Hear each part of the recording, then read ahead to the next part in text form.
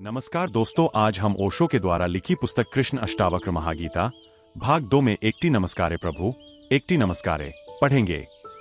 तो शुरू करते हैं। पहला प्रश्न। ओशो, कपिल ऋषि के सांख्य दर्शन, अष्टावक्र की महागीता और कृष्ण मूर्ति की देशना में क्या देशकाल अनुसार अभिव्यक्ति का ही भेद है? कृपा करके समझाइए। सत्य तो कालातीत है, देशातीत है। सत्य का तो देश और काल से कोई संबंध नहीं। सत्य तो शाश्वत है, समय की सीमा के बाहर है। लेकिन अभिव्यक्ति कालातीत नहीं है, देशातीत नहीं है। अभिव्यक्ति समय के भीतर है, सत्य समय के बाहर है। जो जाना जाता है वह तो समय में नहीं जाना जाता, लेकिन जो कहा जाता है वह समय में कहा जाता है। जो जाना जाता है वह तो नितांत एकांत में, वहां तो कोई दूसरा नहीं होता। लेकिन जो कहा जाता है वह तो दूसरे से ही कहा जाता है। सत्य की घटना तो घटती है व्यक्ति में, अभिव्यक्ति की घटना घटती है समाज में, समूह में। तो स्वभावतः कपिल जिनसे बोले उनसे बोले, अष्टावक्र ने जिससे कहा उससे कहा, कृष्ण मूर्ति जिससे बोलते हैं स्वभावतः उससे ही बोलते हैं। भेद अभिव्यक्ति में पड़ेगा, लेकिन जो जाना गया है वह अभिन्न है।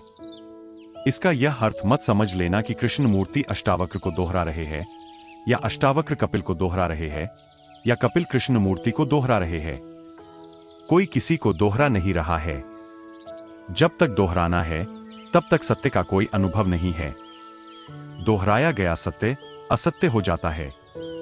जाना हुआ सत्य ही सत्य है, माना हुआ सत्य असत्य है। प्रत्येक ने स्वयं जाना है। और जब कोई सत्य को जानता है स्वयं, तो उसे ऐसा जरा भी भाव पैदा नहीं होता कि ऐसा किसी और ने भी जाना होगा। वह घटना इतनी अलौकिक, इतनी अद्वितीय, इतनी मौलिक है कि प्रत्येक व्यक्ति जब जानता है तो ऐसा ही अनुभव करता है। पहली बार, प्रथम बार यह किरण उतरी। जैसे कि जब कोई व्यक्ति किसी के प्रेम में पड़ता है तो क्या उसे लगता है यह प्रेम किसी और ने कभी जाना होगा?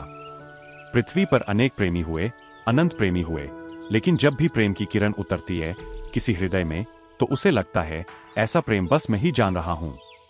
क्योंकि प्रेम पुनरुक्ति नहीं है, तुम किसी से उधार नहीं लेते। जब घटता है तो तुम्हें घटता है, और जब घटता है तो तुम्हें तो पहली बार ही घटता है। दूसरों को घटा इसका न तो तुम्हें पता हो सकता, दूसरों को कैसा घटा इसका कोई अनुभव भी तुम्हें नहीं हो सकता। तुम्हें तो अपना ही अनुभव प्रतीत होता है। इसलिए सत्य जब भी घटता है तो मौलिक उद्घोषणा होती है। इस कारण ही अनुयायी बड़े धोखे में पड़ जाते हैं। अनुयायी भी दावा करने लगते हैं कि जो कपिल ने जाना वह किसी ने नहीं जाना, जो अष्टावक्र ने जाना वह किसी ने नहीं जाना, जो कृष्ण मूर्ति कहते हैं वह किसी ने नहीं कहा। यह अनुयायी की भ्रांति है। यही जाना गया है, अन्यथा जानने को कुछ है ही नहीं। और यही कहा गया है। शब्दों के कितने ही भेद हों, सुनने वालों के कितने ही भेद हों, यही जाना गया है, यही कहा गया है। लेकिन जब भी यह जाना जाता है तो सत्य का यह गुणधर्म है कि उसके साथ साथ मौलिक होने की स्फुरना होती है। तुम्हें लगता है बस पहली दफा, न ऐसा कभी हुआ, न ऐसा फिर कभी होगा। जब बुद्ध को सत्य का अनुभव हुआ तो उन्होंने उद्घोषणा की, अपूर्व, पहले कभी हुआ नहीं, ऐसा मुझे अनुभव हुआ है। यह उनके संबंध में घोषणा है। लेकिन शिष्यों ने समझा कि अपूर्व, अर्थात किसी को ऐसा नहीं हुआ जैसा बुद्ध को हुआ है। भ्रांति हो गई। फिर बुद्ध के पीछे चलने वाला दावा करता है कि जो बुद्ध को हुआ वह महावीर को नहीं हुआ, जो बुद्ध को हुआ वह शंकर को नहीं हुआ, जो बुद्ध को हुआ वह अपूर्व है। खुद बुद्ध का वचन है कि जो मुझे हुआ वह अपूर्व है। लेकिन बुद्ध के वचन का अर्थ बड़ा भिन्न है। बुद्ध सिर्फ अपने अनुभव की बात कर रहे हैं। वे कह रहे हैं, ऐसा मुझे कभी न हुआ था। यह सुबह पहली बार हुई, यह रात पहली बार टूटी, यह अंधेरा पहली बार हटा है। अनुत्तर अपूर्व समाधि बुद्ध ने कहा। लेकिन जब भी किसी को समाधि घटती है तभी अनुत्तर अपूर्व होती है। उपद्रव होता है सुनने वाले, श्रावक, अनुयायी, पांथिक से। जैसे ही तुम सुनते हो एक बड़ी अड़चन होती है। मैं तुमसे कुछ कह रहा हूं, जब तक मैंने नहीं कहा तब तक सत्य है, जैसे ही मैंने कहा और तुमने सुना असत्य हुआ, क्योंकि जो मैं कह रहा हूं वह मेरा अनुभव है। जो तुम सुन रहे हो वह तुम्हारा अनुभव नहीं। जो मैं कह रहा हूं वह मेरी प्रतीति है। जो तुम सुन रहे हो वह ज्यादा से ज्यादा तुम्हारा विश्वास होगा। विश्वास असत्य है। तुम मानोगे, तुमने जाना नहीं। मानने से उपद्रव खड़ा होता है, फिर मानने वालों में संघर्ष खड़ा होता है। क्योंकि किसी ने बुद्ध को सुना, किसी ने महावीर को सुना, किसी ने कपिल को, किसी ने अष्टावक्र को, किसी ने कृष्ण मूर्ति को। उन्होंने अलग अलग अभिव्यक्तियां सुनी। एक ही गीत है, लेकिन हर कंठ से स्वर भिन्न हो जाते हैं। तुम्हें पता है ध्वनिशास्त्री क्या कहते हैं? आधुनिक ध्वनिशास्त्र की बड़ी से बड़ी खोजों में एक खोज यह है कि जैसे तुम्हारे अंगूठे का चिन्ह भिन्न होता है, ऐसे प्रत्येक आदमी की आवाज भिन्न होती है। Sound print. दो आदमियों की आवाज एक जैसी नहीं होती। इतना वैभिन्न है व्यक्तित्वों का कि दो आदमियों की आवाज भी एक जैसी नहीं होती। गीत एक ही दोहराओ, राग भिन्न हो जाता है। गीत एक ही दोहराओ, स्वर भिन्न हो जाता है। गीत एक ही दोहराओ, रंग भिन्न हो जाता है। तो कृष्ण मूर्ति जो कहते हैं उस पर उनकी ध्वनि की छाप है, उनके व्यक्तित्व की छाप है, उनके हस्ताक्षर है। कपिल जो कहते हैं उस पर उनके हस्ताक्षर है। इन हस्ताक्षरों में अगर उलझ गए तो संप्रदाय बनेगा, और अगर हस्ताक्षर को हटाकर मूल को देखने की चेष्टा की तो धर्म का जन्म होता है। सब संप्रदायों के भीतर कहीं धर्म छिपा है। संप्रदाय वस्त्रों की भांति है, और जब तक तुम वस्त्रों को अलग न कर दोगे और निर्वस्त्र धर्म को न खोज लोगे, तब तक तुम्हें धर्म का कोई पता नहीं चलेगा। हिंदू, मुसलमान, ईसाई, सिख, जैन सब संप्रदाय है। ये अभिव्यक्तियों के भेद है। यह एक ही बात को अलग अलग भाषाओं में कहने के कारण इतनी भिन्नता मालूम होती है। और भाषाएं अनेक हो सकती है। सभी धर्म भाषाओं जैसे है। लेकिन मैं तुमसे यह नहीं कह रहा हूं कि तुम इन सभी धर्मों के बीच कोई समन्वय स्थापित करो। उस भ्रांति में मत पड़ना। वह भ्रांति बौद्धिक होगी। अष्टावक्र को पढ़ो, कृष्ण मूर्ति को पढ़ो, कपिल को पढ़ो, फिर उनके बीच समानता खोजो और जो मेल खाता लगे उसे इकट्ठा करो और फिर एक सिंथेसिस, एक समन्वय बनाओ। वह सब बुद्धि का जाल होगा। उससे कुछ तुम्हें धर्म का पता न चलेगा। जहां पहले 3 संप्रदाय थे वहां 4 हो जाएंगे बस। एक तुम्हारा संप्रदाय और संयुक्त हो जाएगा। एक गांव में कुछ लोग झगड़ रहे थे। मुल्ला नसरुद्दीन पास से गुजरता था, तो उसने कहा, भाई झगड़ते क्यों हो? यह निपटारा तो बातचीत से हो सकता है। इतनी तलवारें क्यों खींचे हुए हो? खून, खतरा हो जाएगा, रुको। उसने गांव के 2-4 पंच इकट्ठे कर दिए और कहा कि आप। तो दोनों पार्टियों ने अपने 5-5 पंच चुन लिए। ये निर्णय कर देंगे झगड़े का। जब शाम को मुल्ला वहां वापस पहुंचा तो देखा जहां सुबह थोड़े से झगड़ने वाले थे वहां और भारी भीड़ है, तलवारें खींची है। उसने कहा, मामला क्या है? उन्होंने कहा कि अब ये पंच भी लड़ रहे हैं। पहले तो सुबह विवादी थे, वे लड़ रहे थे, अब ये पंच भी लड़ रहे हैं। और तो कोई उपाय नहीं है। किसी ने सलाह दी कि नसरुद्दीन पंचों के लिए भी पंच नियुक्त करो। नसरुद्दीन ने कहा, अब बहुत हो गया, अब मुझे अक्ल आ गई। यह तो सुबह ही निपट लेते तुम तो बेहतर था, यह तो झगड़ा और बढ़ गया। जो समन्वयवादी है इनसे संप्रदाय समाप्त नहीं होते।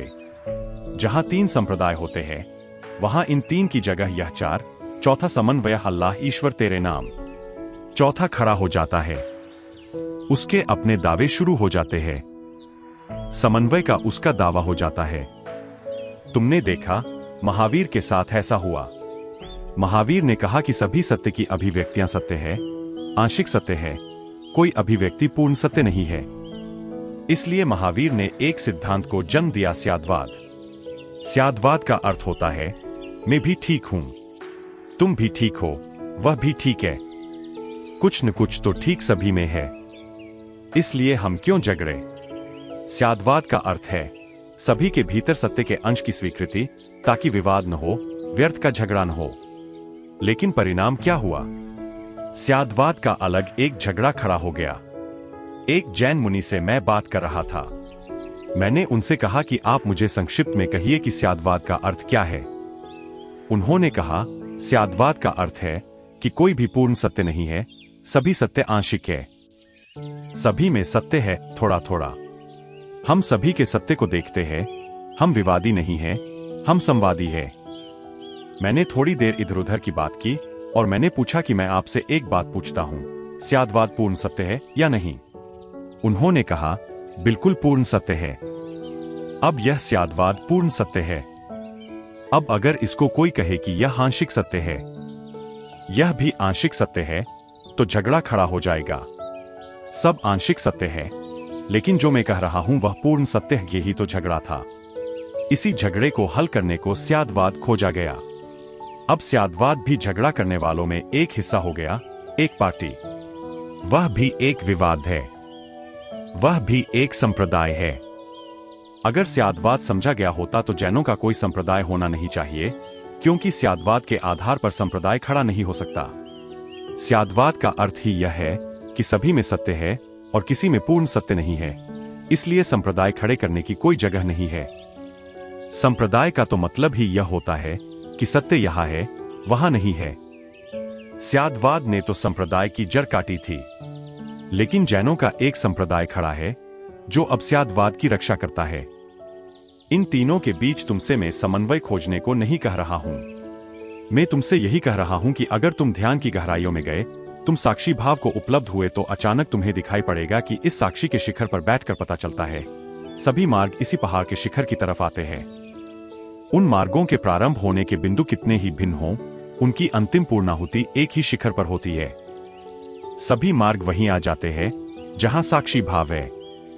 कैसे तुम आते हो, यह तुम्हारी मर्जी है। बैलगाड़ी पर, घोड़े पर, पैदल, हवाई जहाज पर, ट्रेन पर, मोटर, बस में। कैसे तुम आते हो, यह तुम्हारी मर्जी है। अगर जरा भी समझदारी हो तो इसमें कोई झगड़ा करने की जरूरत नहीं। कोई घोड़े पर आ रहा है, कोई बैलगाड़ी पर आ रहा है, अपनी अपनी मौज। कोई मस्जिद से आ रहा है, कोई मंदिर से आ रहा है, कोई प्रार्थना करके आ रहा है, कोई ध्यान करके आ रहा है, कोई नाचकर, कोई चुप बैठकर। लेकिन अगर साक्षी भाव जग रहा है, अगर तुम्हारे भीतर जागरूकता की किरण फूट रही है, प्रभात हो रहा है, होश गहन हो रहा है, अब तुम बेहोशी से नहीं जीते, होश से जीने लगे हो और तुम्हारे जीवन में करुणा और प्रेम की छाया आने लगी है। तुम्हारे जीवन से क्रोध और हिंसा विसर्जित होने लगे हैं। बस दो बातें जानने की है। वे दो बातें भी एक ही सिक्के के दो पहलू है। भीतर ध्यान घटता है तो बाहर प्रेम घटता है, बाहर प्रेम घटता है तो भीतर ध्यान अनिवार्य रूप से घटता है। अगर प्रार्थना करो तो प्रेम घटेगा और ध्यान उसके पीछे आएगा। अगर ध्यान करो तो ध्यान घटेगा और प्रार्थना उसके पीछे से आएगी। तुम दो में से कोई एक साध लो, दूसरा अपने सज जाता है। साक्षी में पहुंचकर ही तुम्हें सारे जगत के सत्यों के बीच समन्वय की प्रतीति होगी। उस अनुभव की तरफ मेरा इशारा है। इसे तुम बौद्धिक समन्वय बनाने की कोशिश मत करना। दूसरा प्रश्न, ओशो, आपने कल कहा कि सभी साधनाएं गोरख धंधा है, लेकिन साथ ही आप अपने सन्यासियों के लिए ध्यान करना अनिवार्य कर रखे हैं। इससे मन दुविधा में पड़ता है। ध्यान नहीं करने से लगता है कुछ चूक हो रही है, और करने पर मन कहता है कि समय तो नहीं गवा रहे हो। कृपा पूर्वक मार्गदर्शन करें। निश्चित ही सभी अनुष्ठान गोरख धंधे हैं, लेकिन इसका यह अर्थ नहीं कि तुम अनुष्ठान करना मत। जैसे कि मैं तुमसे कहूं, नाव पर सवार हो जाओ, लेकिन उस पार जाकर उतर जाना। तुम कहो कि आप तो दुविधा में डाल रहे हैं।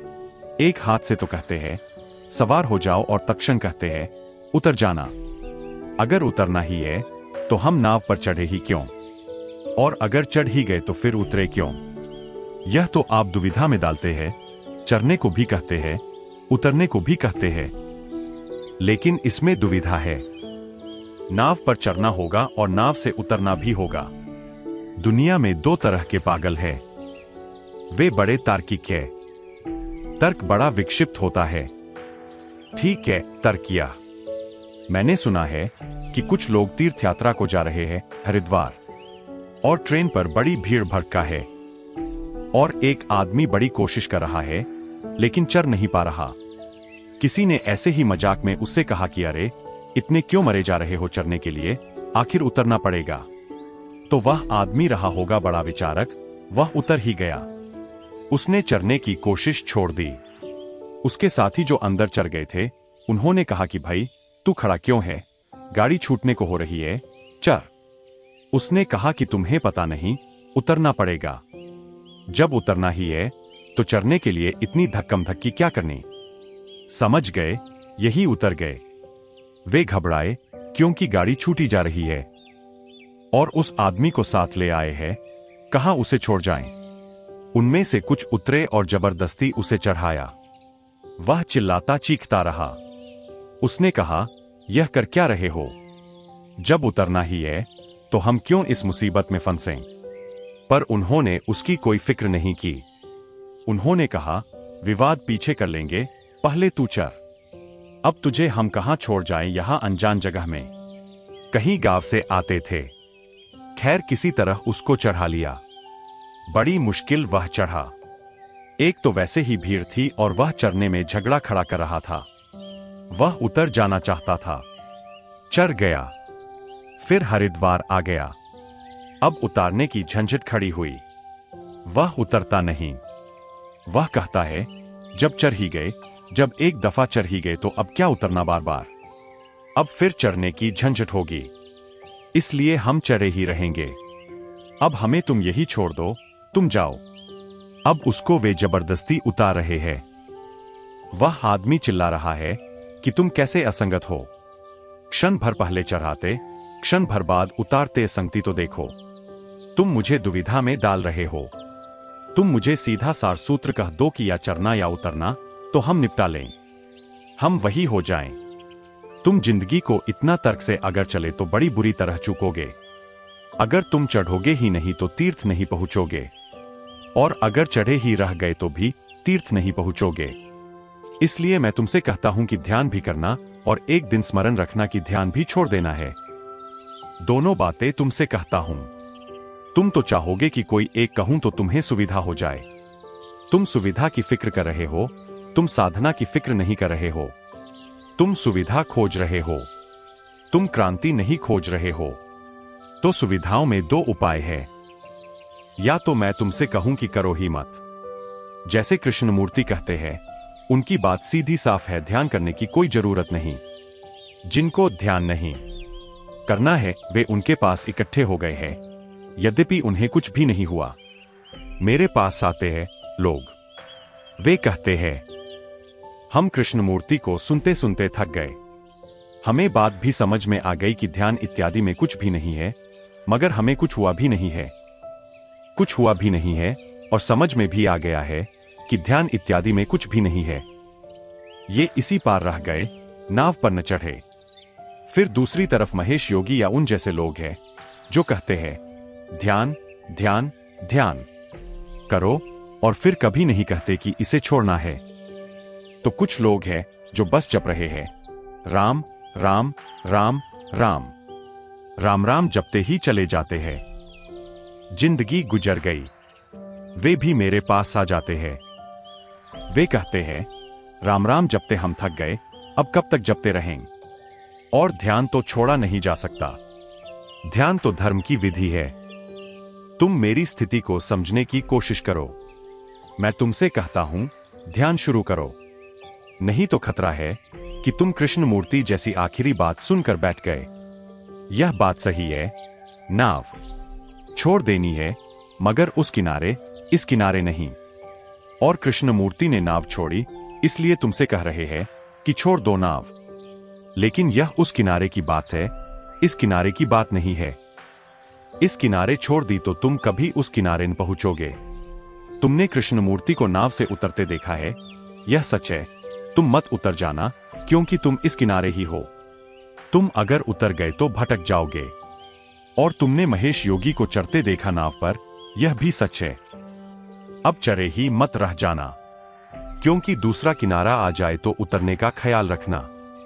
मैं तुम्हें जब ये विरोधाभासी बातें कहता हूं कि ध्यान करो और ध्यान छोड़ो भी, तो ये दो किनारों की बातें हैं।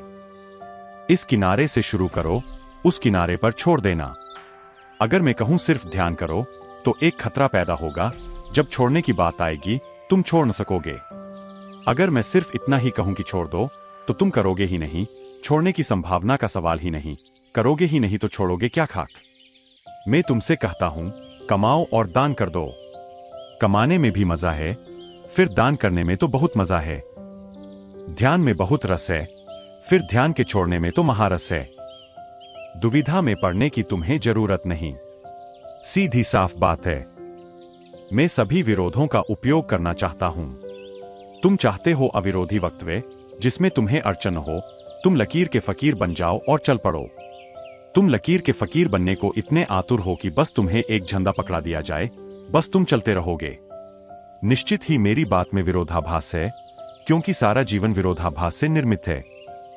जन्म होता है, मृत्यु होती हो, यह विरोधाभास है। तुम जीवन से नहीं कहते यह क्या मामला है। तुम परमात्मा से कभी खड़े होकर शिकायत नहीं करते कि यह क्या मामला है। अगर जन्म दिया तो मारते क्यों हो फिर? और अगर मारना ही है तो जन्म देना ही बंद कर दो। तुम कहो तो भी परमात्मा तुम्हारी सुनेगा नहीं। कई लोगों ने कई बार कहा भी है, लेकिन परमात्मा जन्म देता है, मृत्यु देता है। एक हाथ से जन्म देता है, दूसरे हाथ से जन्म वापस ले लेता है। यहां रात होती, दिन होता। यहां गर्मी आती, सर्दी आती। यहां मौसम बदलते रहते। यही तो जीवन की रस्मेता है। यहां विरोध का मिलन है। अगर इखरा होता जीवन तो इसमें रस न होता, इसमें समृद्धि न होती। यहां विपरीत संघात मिलकर अपूर्व संगीत का जन्म होता है। यहां जन्म और मृत्यु के बीच जीवन का खेल चलता है, जीवन का रास रसा जाता है। वही मैं तुमसे कह रहा हूं, ध्यान करो भी और ध्यान रखना कि छोड़ना है। एक दिन छोड़ना है, विधि का एक दिन विसर्जन कर देना है। तुमने देखा, हिंदू इस संबंध में बड़े कुशल है। गणेश जी बना लिए मिट्टी के, पूजा इत्यादि कर ली जाकर समुद्र में समा आए। दुनिया का कोई धर्म इतना हिम्मतवर नहीं है। अगर मंदिर में मूर्ति रख ली तो फिर सिराने की बात ही नहीं उठती। फिर वे कहते हैं, अब इसकी पूजा जारी रहेगी। हिंदुओं की हिम्मत देखते हो, पहले बना लेते हैं। मिट्टी के गणेश जी बना लिए। मिट्टी के बनाकर उन्होंने भगवान का आरोपण कर लिया। नाचकूद, गीत, प्रार्थना, पूजा सब हो गई। फिर अब वह कहते हैं, अब चलो महाराज, अब हमें दूसरे काम भी करने हैं। अब आप समुद्र में विश्राम करो, फिर अगले साल उठा लेंगे। यह हिम्मत देखते हो। इसका अर्थ क्या होता है? इसका बड़ा सांकेतिक अर्थ है। अनुष्ठान का उपयोग कर लो और समुद्र में सिरा दो। विधि का उपयोग कर लो, फिर विधि से बंधे मत रह जाओ। जहां हर चीज जाती है, वहां भगवान को भी बना लो, मिटा दो। जो भगवान तुम्हारे साथ करता है, वही तुम भगवान के साथ करो, यही सज्जन का धर्म है। वह तुम्हें बनाता, मिटा देता। उसकी कला तुम भी सीखो। तुम उसे बना लो, उसे विसर्जित कर दो। जब बनाते हिंदू तो कितने भाव से। दूसरे धर्मों के लोगों को बड़ी हैरानी होती है। कितने भाव से बनाते, कैसा रंगते, मूर्ति को कितना सुंदर बनाते, कितना खर्च करते, महीनों मेहनत करते हैं। जब मूर्ति बन जाती तो कितने भाव से पूजा करते, फूल अर्चन, भजन, कीर्तन। मगर अद्भुत लोग हैं। फिर आ गया उनका विसर्जन का दिन। फिर वे चले बैंड बाजा बजाते तो भी नाचते जाते हैं। जन्म भी नृत्य है, मृत्यु भी नृत्य होना चाहिए। चले परमात्मा को सिरा देने। जन्म कर लिया था, मृत्यु का वक्त आ गया। इस जगत में जो भी चीज बनती है वह मिटती है, और इस जगत में हर चीज का उपयोग कर लेना है, और किसी चीज से बंधे नहीं रह जाना है, परमात्मा से भी बंधे नहीं रह जाना है। मैं नहीं कहता कि हिंदुओं को ठीक ठीक बोध है कि वे क्या कर रहे हैं, लेकिन जिन्होंने शुरू की होगी यात्रा उनको जरूर बोध रहा होगा। लोग भूल गए होंगे, अब उन्हें कुछ भी पता न हो कि वे क्या कर रहे हैं। मूर्छा में कर रहे होंगे। पुरानी परंपरा है कि बनाया, विसर्जन कर रहे होंगे, लेकिन उसका सार तो समझो। सार इतना ही है कि विधि उपयोग कर ली, फिर विधि से बंध नहीं रह जाना है। अनुष्ठान पूरा हो गया, विसर्जन कर दिया। वही मैं तुमसे कहता हूं, नाचो, कूदो, ध्यान करो, पूजा, प्रार्थना, इसमें उलझे मत रह जाना। यह पथ है, मार्ग है, मंजिल नहीं। जब मंजिल आ जाए तो तुम यह मत कहना कि मैं इतना पुराना यात्री अब मार्ग को छोड़ दूं। छोड़ो। इतने दिन जन्मों जन्मों तक मार्ग पर चला, अब आज मंजिल आ गई तो मार्ग को धोखा दे दूं, दगाबाज, गद्दार हो जाऊं। जिस मार्ग से इतना साथ रहा और जिस मार्ग ने यहां तक पहुंचा दिया, उसको छोड़ दूं। मंजिल छोड़ सकता हूं, मार्ग नहीं छोड़ सकता, तब तुम समझोगे कि कैसी मूर्खता की स्थिति हो जाएगी। इसी मंजिल को पाने के लिए मार्ग पर चले थे, मार्ग से नाता रिश्ता बनाया था, वह टूटने को ही था। मार्ग की सफलता ही यही है कि एक दिन घड़ी आ जाए जब मार्ग छोड़ देना पड़े। ध्यान के जो परम सूत्र है, उनमें एक सूत्र यह भी है कि जब ध्यान छोड़ने की घड़ी आ जाए तो ध्यान पूरा हुआ। जब तक ध्यान छूट न सके तब तक जानना अभी कच्चा है, अभी पका नहीं। जब फल पक जाता है तो वृक्ष से गिर जाता है, और जब ध्यान का फल पक जाता है तब ध्यान का फल भी गिर जाता है। जब ध्यान का फल गिर जाता है तब समाधि फलित होती है। पतंजलि ने ध्यान की प्रक्रिया को 3 हिस्सों में बांटा है: धारणा, ध्यान, समाधि। धारणा छोटी सी पगडंडी है जो तुम्हें राजपथ से जोड़ देती है। तुम जहां हो वहां से राजपथ नहीं गुजरता। एक छोटी सी पगडंडी है जो राजपथ से जोड़ती है। मार्ग जो राजमार्ग से जोड़ देता है धारणा, फिर राजमार्ग ध्यान, फिर राजमार्ग मंजिल से जोड़ देता है मंदिर से, अंतिम गंतव्य से। धारणा छूट जाती है जब ध्यान शुरू होता है। ध्यान छूट जाता जब समाधि आ जाती है। इसलिए ध्यान करना उतने ही भाव से जैसे गणेश को हिंदू निर्मित करते हैं, उतने ही अहोभाव से ऐसा मन में ख्याल मत रखना कि इसे छोड़ना है तो क्या रंगना, कैसे भी बना लिया, क्या फिक्र करनी कि सुंदर है कि असुंदर है। कोई भी रंग पोत दिए, चेहरा जंचता है कि नहीं जंचता, आंख उभरी कि नहीं उभरी, नाक बनी कि नहीं, क्या करना है। अभी 4 दिन बाद तो इसे विदा कर देना होगा, तो कैसे ही बनावनू कर पूजा कर लो, नहीं तो फिर पूजा हुई ही नहीं, तो छोड़ने की घड़ी आएगी ही नहीं। जब बने ही नहीं गणेश तो विसर्जन कैसे होगा। तो जब ध्यान करो तब ऐसे करना जैसे सारा जीवन दांव पर लगा है। तब ही उस महाघड़ी का आगमन होगा। वह महासौभाग्य का क्षण आएगा जब तुम पाओगे अब विसर्जन का समय आ गया, अब ध्यान को भी छोड़ दें, अब ध्यान से भी ऊपर उठ जाएं, अब समाधि, अब समाधान, अब मंजिल। तो मैं तुमसे यह विरोधाभास कहता हूं कि जो ध्यान को समग्रता से करेंगे वे ही एक दिन ध्यान को समग्रता से छोड़ पाएंगे। और जिन्होंने ऐसे ऐसे किया, कुनकुने कुनकुने किया और कभी उबले नहीं और भाप न बने, उनकी कभी छोड़ने की घड़ी न आएगी। वे इसी किनारे अटके रह जाएंगे। जैन शास्त्रों में एक कथा है। एक साधु स्नान कर रहा है और वह देख रहा है कि एक आदमी आया। वह नाव में बैठा, पतवार चलाई, लेकिन कुछ हैरान है। वह साधु हंसने लगा।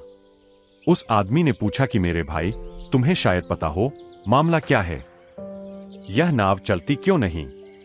उस साधु ने कहा कि सज्जन पुरुष महाशय, नाव किनारे से बंधी है, पतवार चलाने से कुछ भी न होगा, पहले खूंटी से रस्सी तो खोल लो।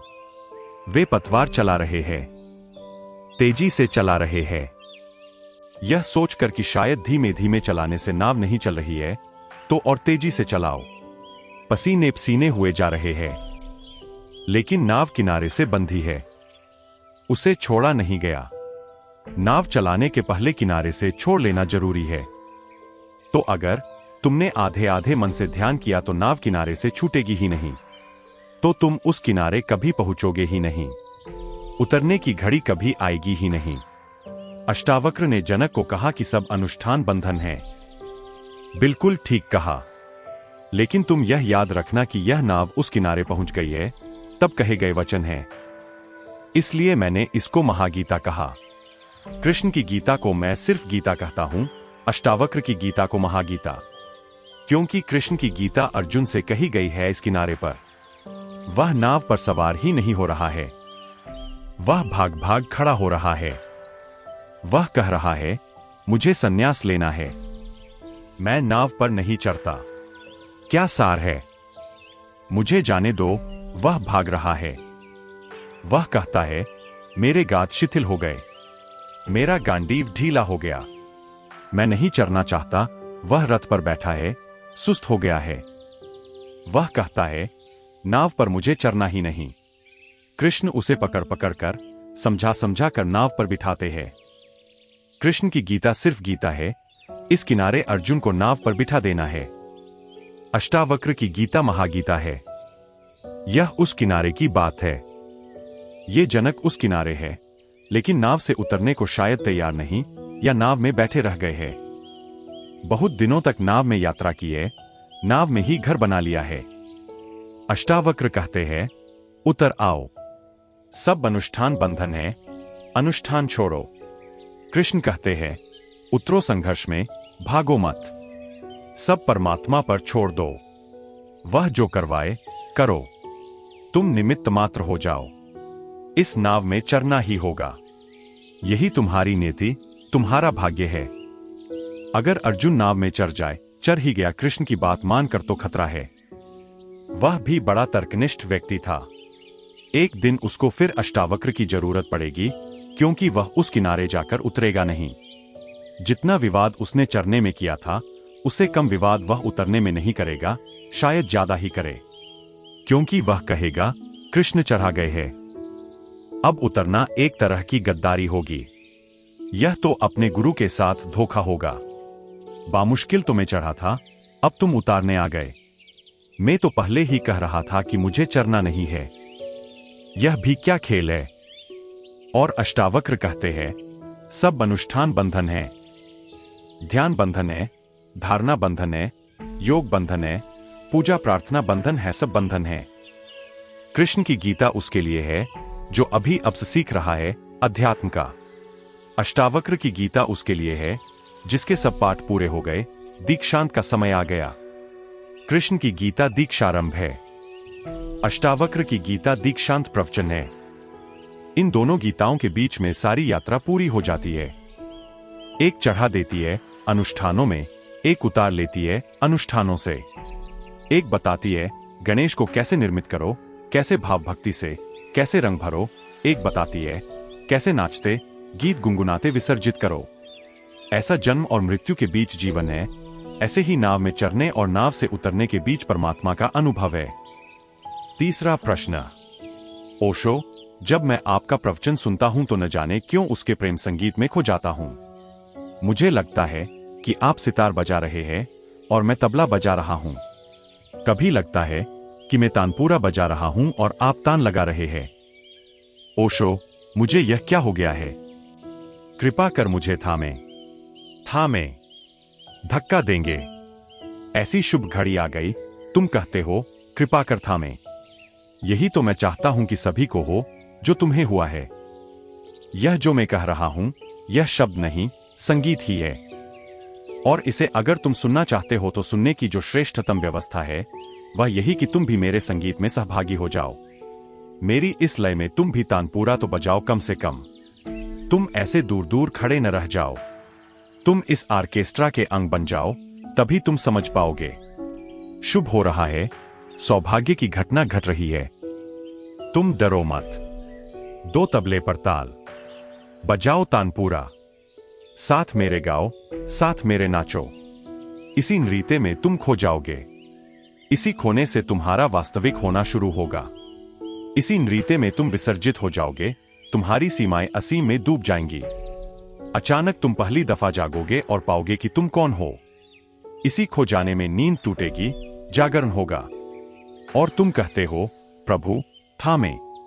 समझ रहा हूं तुम्हारी अड़चन भी, तुम्हारे प्रश्न को भी समझ रहा हूं। क्योंकि जब कोई ऐसा डूबने लगता तो घबराहट स्वाभाविक होती है कि यह क्या हो रहा, कहीं मैं पागल तो नहीं हुआ जा रहा। यहां कैसी वीणा और कैसा तबला, पूछने में भी तुम डरे होगे। प्रश्न को मैंने कहा तो बहुत लोग हंसे भी। उनको भी लगा यह क्या पागलपन है।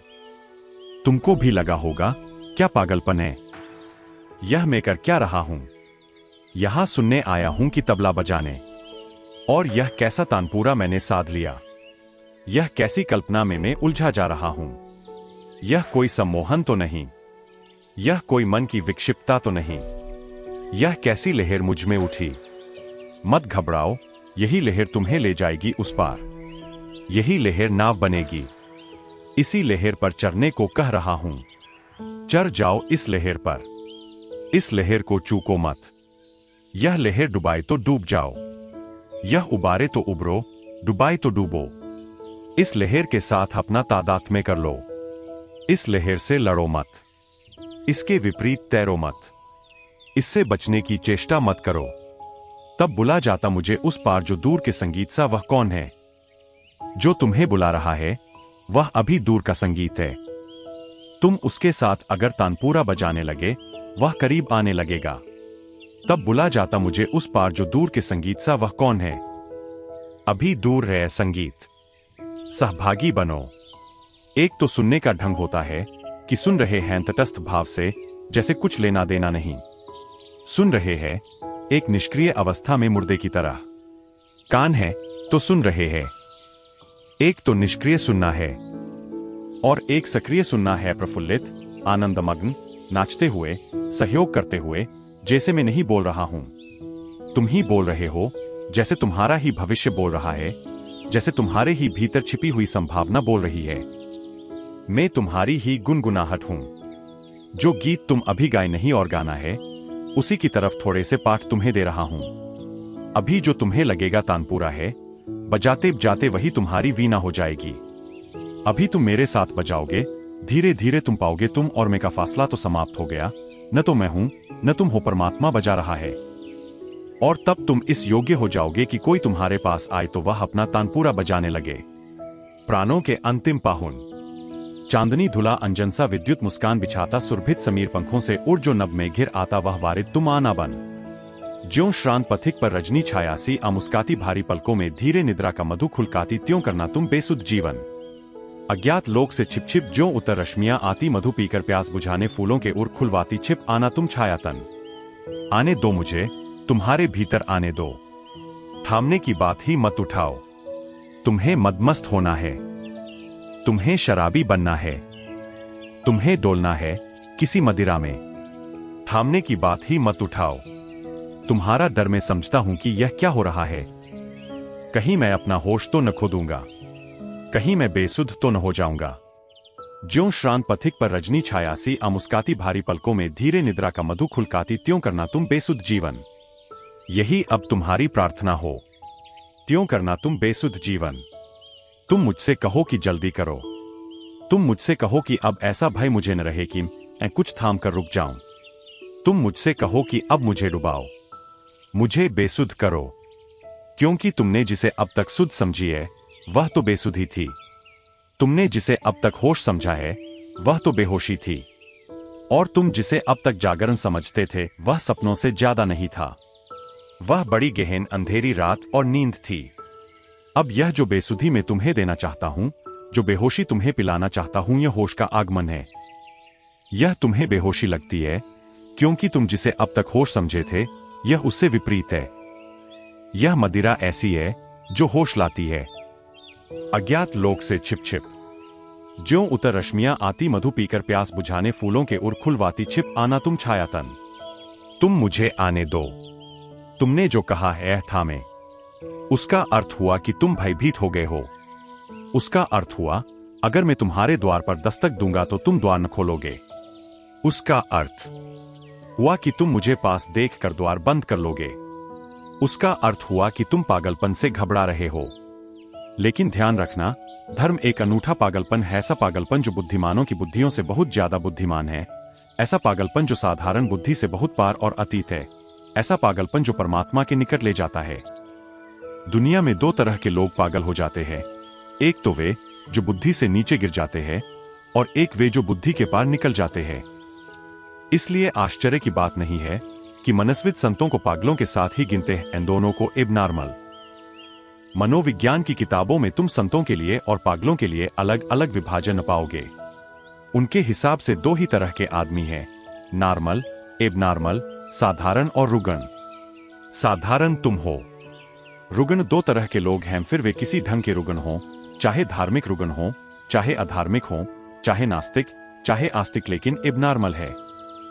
अभी भी जीसस पर किताबें लिखी जाती है पश्चिम में, जिनमें दावा किया जाता है कि जीसस पागल थे, न्यूरोटिक थे। अभी हिंदुस्तान में मनोविज्ञान का उतना प्रभाव नहीं है, इसलिए बुद्ध और महावीर, अष्टावक्र अभी बचे हैं। लेकिन ज्यादा दिन यह बात चलेगी नहीं।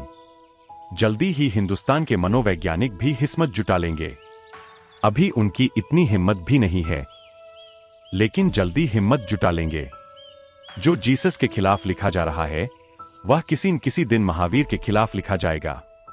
और तुम पक्का समझो कि जीसस को पागल सिद्ध करने के लिए उतने प्रमाण नहीं हैं, जिससे ज्यादा प्रमाण महावीर को पागल सिद्ध करने के लिए मिल जाएंगे।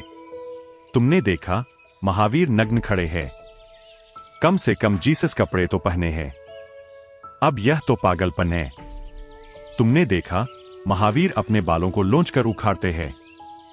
पागलों का एक खास समूह होता है जो अपने बाल लोंच कर उखाड़ता है। तुमने पागलों को देखा होगा, तुमने कभी खुद भी देखा होगा। जब तुम पर कभी पागलपन चढ़ता है तो तुम कहते हो बाल लोंच लेने का मन होता है। कहावत है कि बाल लोंच लेने का मन होता है। स्त्रियों को गुस्सा आ जाता है तो बाल लोंच लेती है। किसी पागलपन के क्षण में बहुत पागल है, पागलखानों में जो अपने बाल लोंच लेते हैं। महावीर अपने बाल लोंच लेते थे। केश लुंच। तुम्हारे पास एक गाली है नगालुच्चा। वह सबसे पहले महावीर को दी गई थी, क्योंकि वे नंगे थे और बाल लोंचते थे। नंगा लुच्चा। अगर महावीर में खोजना हो पागलपन तो पूरा मिल जाएगा, लेकिन मनोवैज्ञानिक अभी कुछ भी नहीं जानते हैं। जो उनका विभाजन है अज्ञानमय है। यह भी हो सकता है कि एक आदमी शराब के नशे में चल रहा हो, रास्ते पर डांबांडोल डगमगाता, और कोई किसी के प्रेम में मदमस्त होकर चल रहा हो, और कोई किसी प्रार्थना में डोल रहा हो। तीनों राह पर डांबांडोल चल रहे हों, पैर जगह पर पड़ते हों, समाइन समाते हों, भीतर की खुशी ऐसी बही जा रही हो, पीछे से तुम तीनों को देखो तो तीनों लगेंगे कि शराबी है। क्योंकि जैसा शराबी दामवांदोल हो रहा है, वैसी ही मीरा भी दामवांदोल हो रही है, वैसे ही चैतन्य भी दामवांदोल हो रहे हैं। जैसे शराबी गीत गुनगुना रहा है, वैसी मीरा भी गीत गुनगुना रही है। पीछे से तुम देखोगे तो तुम्हें दोनों एक जैसे लगेंगे, लेकिन कहां मीरा और कहां शराबी, कहां चैतन्य और कहां शराबी। शराबी ने बुद्धि गवा दी शराब पीकर, मीरा ने भी बुद्धि गवा दी। मीरा कहती है सब लोग लाज खोई, कोई और बड़ी शराब पी ली। अंगूरों से बनती है जो शराब, वही तो शराब नहीं। एक और भी शराब है जो प्रभु प्रेम से बनती है, वह पी ली, वह भी मदमस्त है। लेकिन मीरा रुगन नहीं है। अगर मीरा रुगन है तो फिर तुम्हारे स्वास्थ्य की परिभाषाएं गलत है, क्योंकि मीरा जैसी मस्त और आनंदित है। स्वास्थ्य का लक्षण ही मस्ती और आनंद होना चाहिए। साधारण, जिसको मनोवैज्ञानिक कहते हैं नॉर्मल, वह तो बड़ा अशांत, बेचैन, परेशान, दुखी दिखाई पड़ता है। यह कोई स्वास्थ्य की परिभाषा हुई। ये चिंताग्रस्त लोग, दुखी लोग, परेशान लोग, जिनके जीवन में कभी कोई फूल नहीं खिला, कोई सरगम नहीं फूटा, कोई रसधार नहीं बही, ये स्वस्थ लोग हैं। अगर यही स्वस्थ लोग हैं तो समझदार लोग तो मीरा का पागलपन चुनेंगे। वह चुनने योग्य है। पागलपन सही, नाम से क्या फर्क पड़ता है। गुलाब को तुम क्या नाम देते हो, इससे क्या फर्क पड़ता है। गुलाब तो गुलाब है, गुलाब तो गुलाब ही रहेगा। तुम गेंदा कहो, इससे क्या फर्क पड़ता है। तुम महावीर को पागल कहो, इससे क्या फर्क पड़ता है। या परमहेश कहो, इससे क्या फर्क पड़ता है। महावीर महावीर है, यह तुम ख्याल में लेना। घबरा मत जाना। मेरे पास अगर तुम हो तो निश्चित ही किसी शराब के पिलाने का आयोजन चल रहा है। यह मधुशाला है। इसे मंदिर कहने से बेहतर मधुशाला ही कहना उचित है। यहां मैं चाहता हूं कि तुम डोलो, नाचो। यहां तुम किसी गहरी मस्ती में उतरो, नया आयाम खुले। दूर दिल से सब कदूरत हो गई है, जीस्त कितनी खूबसूरत हो गई है। थोड़ा पियो मुझे, दूर दिल से सब कदूरत हो गई है। सब चिंता, फिक्र, बेचैनी, अशांति सब दूर हो जाएगी। जीस्त कितनी खूबसूरत हो गई है, और जिंदगी बड़ी खूबसूरत हो जाएगी। एक एक फूल में हजार हजार फूल खिलते दिखाई पड़ेंगे। इस कदर सती है दुनिया की मसरत, दिल को फिर गम की जरूरत हो गई है। और जब तुम जिंदगी के असली आनंद को जानोगे तो तुम चकित हो जाओगे। तुम पाओगे इस दुनिया के सुख से तो परमात्मा को, परमात्मा के विरह में, परमात्मा के बिछोह में पैदा होने वाला दुख बेहतर है। इस दुनिया के सुखों से तो परमात्मा के बिछोह में रोना बेहतर है। इस दुनिया की मुस्कुराहटों से तो परमात्मा के लिए बहे आंसू बेहतर है। इस कदर सथी है दुनिया की मसरत, दिल को फिर गम की जरूरत हो गई है। यूं बसी है मुझमें तेरी याद साजन, मेरे मन मंदिर की मूरत हो गई है। तेरी याद ने दिल को चमका दिया, तेरे प्यार से यह सभा सज गई है। जबां पर न आया कोई और नाम, तेरा नाम ही रात दिन भज गई है। मेरे दिल में शहनाई सी बज गई है, इस शहनाई को बजने दो, इस इकतारे को बजने दो, इस तानपूरे को बजने दो। उठने दो तबले पर धुन, नाचो गाओ गुनगुनाओ। मेरी दृष्टि में धर्म वही है जो नाचता हुआ है, और दुनिया को एक नाचते हुए परमात्मा की जरूरत है। उदास परमात्मा काम नहीं आया, उदास परमात्मा सच्चा सिद्ध नहीं हुआ, क्योंकि आदमी वैसे ही उदास था और उदास परमात्मा को लेकर बैठ गया।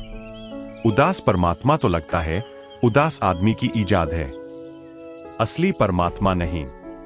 नाचता हंसता परमात्मा चाहिए, और जो धर्म हंसी न दे, और जो धर्म खुशी न दे, और जो धर्म तुम्हारे जीवन को मुस्कुराहटों से न भर दे, उत्सव से न भर दे, उत्साह से न भर दे, वह धर्म धर्म नहीं है, आत्महत्या है।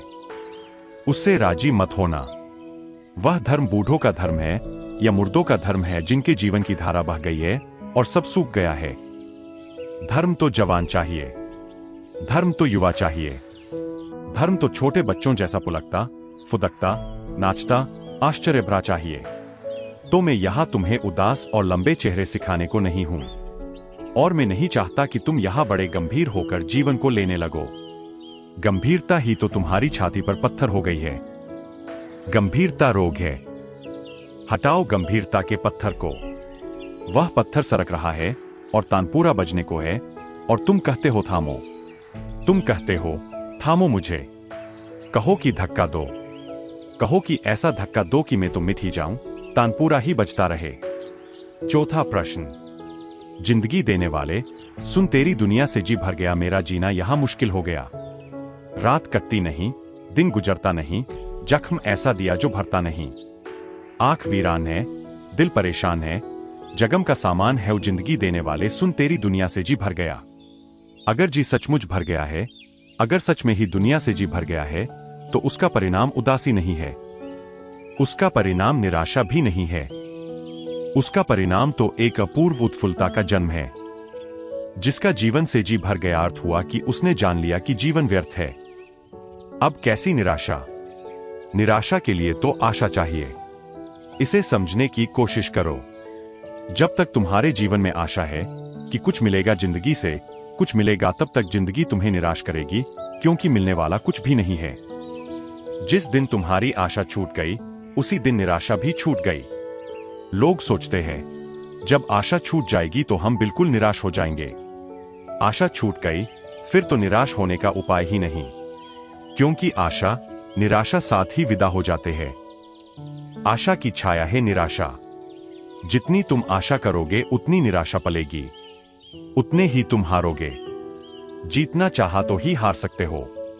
लाओ त्सु कहता है, मुझे कोई हरा नहीं सकता, क्योंकि मैं जीतना चाहता ही नहीं। कैसे हराओगे उस आदमी को जो जीतना चाहता ही नहीं? लाओ त्सु कहता है, मैं हारा ही हुआ हूं, मुझे तुम हराओगे कैसे? जिस आदमी को जीतने की आकांक्षा है वह हारेगा, और जितनी ज्यादा आकांक्षा है उतना ज्यादा हारेगा।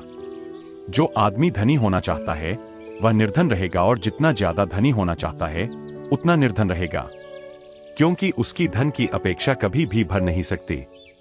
जितना मिलेगा वह छोटा मालूम पड़ेगा, ओछा मालूम पड़ेगा। उसकी आकांक्षा का पात्र तो बड़ा है, उस पात्र में सभी जो मिलेगा खो जाएगा। इस सूत्र को ख्याल में लेना, तुम्हारी आशा निराशा की जन्मदात्री है।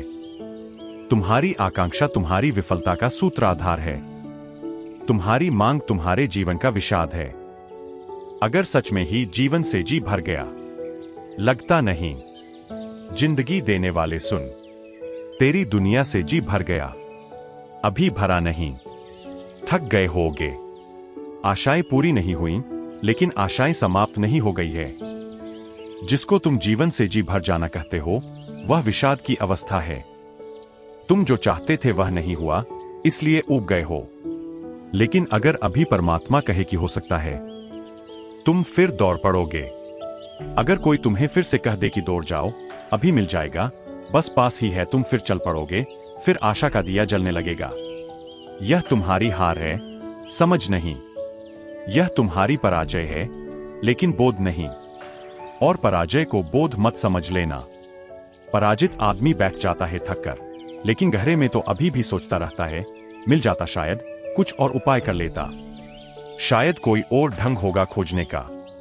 मैंने शायद गलत ढंग से खोजा, ठीक न खोजा, या मैंने पूरी ताकत न लगाई खोजने में। तुम कितनी ही ताकत लगाओ, संसार में हार सुनिश्चित है। संसार में जीत होती नहीं। मैंने सुना है, एक महिला एक दुकान पर बच्चों के खिलौने खरीद रही है। एक खिलौने को वह जमाने की कोशिश कर रही है जो टुकड़े टुकड़े में है और जमाया जाता है। उसने बहुत कोशिश की, उसके पति ने भी बहुत कोशिश की, लेकिन वह जमता ही नहीं। आखिर उसने दुकानदार से पूछा कि सुनो, 5 साल के बच्चे के लिए हम यह खिलौने खरीद रहे हैं। न मैं इसको जमा पाती हूं, न मेरे पति जमा पाते हैं। मेरे पति गणित के प्रोफेसर है। अब और कौन इसको जमा पाएगा? मेरा 5 साल का बच्चा इसको कैसे जमाएगा? उस दुकानदार ने कहा, सुने, परेशान न हो, यह खिलौना जमाने के लिए बनाया ही नहीं गया। यह तो बच्चे के लिए एक शिक्षण है कि दुनिया भी ऐसी ही है, कितना ही जमाओ, यह जमती नहीं। यह तो बच्चा अभी से सीख ले जीवन का एक सत्य। इसको जमाने की कोशिश करेगा बच्चा, 1000 कोशिश करेगा, मगर यह जमाने के लिए बनाया ही नहीं गया, यह जम सकता ही नहीं। इसमें तुम चूकते ही जाओगे। इसमें हार निश्चित है। संसार एक प्रशिक्षण है। यह जमने को है नहीं। यह कभी जमा नहीं। यह सिकंदर से नहीं जमा। यह नेपोलियन से नहीं जमा। यह तुमसे भी जमने वाला नहीं है। यह किसी से कभी नहीं जमा। अगर यह जम ही जाता तो बुद्ध, महावीर छोड़कर न हट जाते, उन्होंने जमा लिया होता। बुद्ध महावीरों से नहीं जमा, तुमसे नहीं जमेगा। यह जमने को है ही नहीं। यह बनाया ही इस ढंग से गया है कि इसमें हार सुनिश्चित है, विषाद निश्चित है। यह जागने को बनाया गया है कि तुम देख देख कर हार हार कर जागो। एक दिन, जिस दिन तुम जाग जाओगे, तुम्हें यह समझ आ जाएगी कि यह जमता ही नहीं। नहीं कि मेरे उपाय में कोई कमी है, नहीं कि मैंने मेहनत कम की, नहीं कि मैं बुद्धिमान पूरा न था, नहीं कि मैं थोड़ा कम दौड़ा, अगर थोड़ा और दौड़ता तो पहुंच जाता। जिस दिन तुम समझोगे यह जमने को बना ही नहीं, उस दिन विषाद मिट जाएगा। उस दिन सब भीतर की पराजय, हार, सब खो जाएगी। उस दिन तुम खिलखिला कर हंसोगे। तुम कहोगे, यह भी खूब मजाक रही। इस मजाक को जानकर ही हिंदुओं ने जगत को लीला कहा। खूब खेल रहा। इस संसार से तुम जब तक अपेक्षा रखे हो, तब तक बेचैनी है। ए दिले मरगाशना खत का जवाब सुन लिया, और तू बेकरार हो, और तू इंतजार कर। बैठे हैं, बड़ी प्रतीक्षा कर रहे हैं कि प्रेयसी का पत्र आता होगा। ए दिले मरगाशना, ए प्रेयसी पर मिटे हुए दिल। ए दिले मरगाशना खत का जवाब सुन लिया, और तू बेकरार हो, और तू इंतजार कर। अब जागो, बहुत हो चुका इंतजार। देखो, यहां कुछ मिलने को है नहीं। खेल है, खेल की तरह खेल लो। इसमें भटक मत जाओ। इसको अति गंभीरता से मत लो। और तुम तो ऐसे पागल हो कि फिल्म देखने जाते हो, उसी को गंभीरता से ले लेते हो। देखा, फिल्म में किसी की हत्या हो जाती है, अनेक आहें निकल जाती है। पागल हो गए हो। कुछ तो होश रखो। लोगों के रूमाल अगर तुम फिल्म के बाद पकड़कर एक एक के देखो तो गीले पाओगे। आंसू बह जाते हैं। पोंछ लेते हैं अपने आंसू जल्दी से। रूमाल छिपा लेते हैं। अच्छा है वह तो अंधेरा रहता है, सिनेमागृह में तो कोई देख नहीं पाता। पत्नी भी बगल में रो रही है, पति भी रो रहे हैं। दोनों पोंछ कर अपना, मगर दोनों को यह समझ में नहीं आ रहा कि पर्दे पर कुछ भी नहीं है। धूप छांव, लेकिन वह भी प्रभावित कर जाती है। उससे भी तुम बड़े आंदोलित हो जाते हो। प्रतीक प्रभावित कर जाते हैं। शब्द प्रभावित कर जाते हैं। तो स्वाभाविक है कि यह जीवन जो चारों तरफ फैला है, इतना विराट मंच, इसमें अगर तुम भटक जाओ तो कुछ आश्चर्य नहीं। तुम होश में नहीं हो। तुम मूर्छित हो। जिंदगी देने वाले सुन, तेरी दुनिया से जी भर गया। मेरा जीना यहां मुश्किल हो गया। मुश्किल, इसका मतलब है कि अभी भी अपेक्षा बनी है, नहीं तो क्या मुश्किल है? मुश्किल का मतलब है अभी भी तुम चाहते हो कुछ सुविधा हो जाती, कुछ सफलता मिल जाती, कुछ तो राहत दे देते। एकदम हार ही हार तो मत दिलाए चले जाओ। कुछ बहाना तो, कुछ निमित्त तो रहे जीने का। रात कटती नहीं, दिन गुजरता नहीं। जख्म ऐसा दिया जो भरता नहीं। जख्म ऐसा दिया जो भरता नहीं। फिर से गौर से देखो, क्योंकि जानने वालों ने तो कहा कि जगत माया है। इससे जख्म तो हो ही नहीं सकता। यह तो ऐसा ही है, अष्टावक्र बार बार कहते हैं, जैसे रज्जू में सर्प। जैसे कोई आदमी अंधेरे में देखकर रस्सी और भाग खड़ा हो कि सांप है। भागने में पसीना पसीना हो जाए, छाती धड़कने लगे, हृदय का दौरा पड़ने लगे और कोई दिया ले आए और कहे कि पागल, जरा देख भी तो। वहां न कुछ भागने को है, न कुछ भयभीत होने को है। रस्सी पड़ी है। मेरे गांव में एक कबीरपंथी साधु थे। वे यह रज्जू में सर्प का उदाहरण सदा देते। छोटा सा था, तब से उन्हें सुनता था। जब भी उनको सुनने जाता तो यह उदाहरण तो रहता ही। यह बड़ा प्राचीन भारत का उदाहरण है। आखिर एक दफा मुझे सूझी कि यह आदमी इतना कहता है कि संसार तो रज्जू में सर्पवत, जरा इसकी परीक्षा भी कर ली जाए। तो वे रोज मेरे घर के सामने से रात को निकलते थे। उनका मकान मेरे घर के पीछे नाले को पार करके था, तो एक रस्सी में एक पतला धागा बांधकर मैं अपने घर में बैठ गया। रस्सी को दूसरी तरफ सड़क के किनारे नाली में डाल दिया। जब वे निकले अपना डंडा इत्यादि लिए हुए, तो मैंने धीरे से वह धागा खींचना शुरू किया। मैं दूसरी तरफ बैठा हूं, इसलिए और जब रस्सी उन्होंने देखी सरकती हुई, तो वे ऐसे भागे, ऐसी चीख पुकार मचा दी कि मैं एक खाट के पीछे छिपा था। उनकी चीख पुकार में खाट गिर गई, मैं पकड़ा गया। बहुत डांट पड़ी कि यह बात ठीक नहीं है, एक बूढ़े आदमी के साथ ऐसा मजाक करना। पर मैंने कहा, यह मजाक उन्होंने सुझाया है। मैं थक गया सुनते सुनते रज्जू में सर्पवत, तो मैंने सोचा कि कम से कम ये तो न घबराएंगे, ये तो पहचान लेंगे कि रस्सी है। ये भी चूक गए तो औरों का क्या कहना। यह संसार प्रतीत होता, भासमान होता, और भासमान ऐसा होता है कि लगता है सच है। लेकिन तुम एक दिन नहीं थे और एक दिन फिर नहीं हो जाओगे। यह जो बीच का थोड़ी देर का खेल है, यह एक दिन सपने जैसा विलीन जाएगा। पीछे लौटकर देखो, तुम 30 साल जी लिए, 40 साल जी लिए, 50 साल जी लिए। ये जो 50 साल तुम जिए, आज क्या तुम पक्का निर्णय कर सकते हो कि सपने में देखे थे 50 साल या असली जिए थे? अब तो सिर्फ स्मृति रह गई। स्मृति तो सपने की भी रह जाती है। आज तुम्हारे पास क्या उपाय है यह जांच करने का कि जो 50 साल मैंने जिए, ये वस्तुतः मैं जिया था, वस्तुतः या एक सपने में देखी कथा है? बड़ी मुश्किल में पड़ जाओगे। बड़ा चित्त बेचैन हो जाएगा अगर सोचने बैठोगे। अगर इस पर ध्यान करोगे तो बड़े बेचैन, पसीने पसीने हो जाओगे, क्योंकि तुम पकड़ न पाओगे सूत्र की यह कैसे सिद्ध करे कि जो मैंने सोचता हूं कि देखा, वह सच में देखा था, या केवल एक मृगमरीचिका थी। मरते वक्त जब मौत तुम्हारे द्वार पर खड़ी हो जाएगी और मौत का अंधकार तुम्हें घेरने लगेगा, क्या तुम्हें याद न आएगी कि जो मैं 60, 70, 80 साल जीवन जिया, वह था? तुम कैसे तय करोगे कि वह था? मृत्यु सब पहुंच जाएगी। कितने लोग इस जमीन पर रहे, कितने लोग इस जमीन पर गुजर गए, आए और गए, उनका आज कोई भी तो पता ठिकाना नहीं है। वैज्ञानिक कहते हैं कि तुम जिस जगह बैठे हो वहां कम से कम 10 आदमियों की लाशें गड़ी है। इतने लोग इस जमीन पर मर चुके हैं। इंच इंच जमीन कब्र है। तुम यह मत सोचना कि कब्र गांव के बाहर है। जहां गांव है वहां कभी कब्र थी, कभी कब्रिस्तान था, मरघट था। जहां अब मरघट है वहां कभी गांव था। सब चीजें बदलती रही है। कितने करोड़ों वर्षों में जमीन का एक एक इंच आदमी की लाशों से पटा है। हर इंच पर 10 लाशें पटी है। तुम जहां बैठे हो वहां 10 मुर्दे नीचे गड़े हैं। तुम भी धीरे से 11वें हो जाओगे, उन्हीं में सरक जाओगे। फिर इस सब दौड़ धूप का, इस आकांक्षा अभिलाषा का, इस महत्वाकांक्षा का क्या अर्थ है, क्या सार है?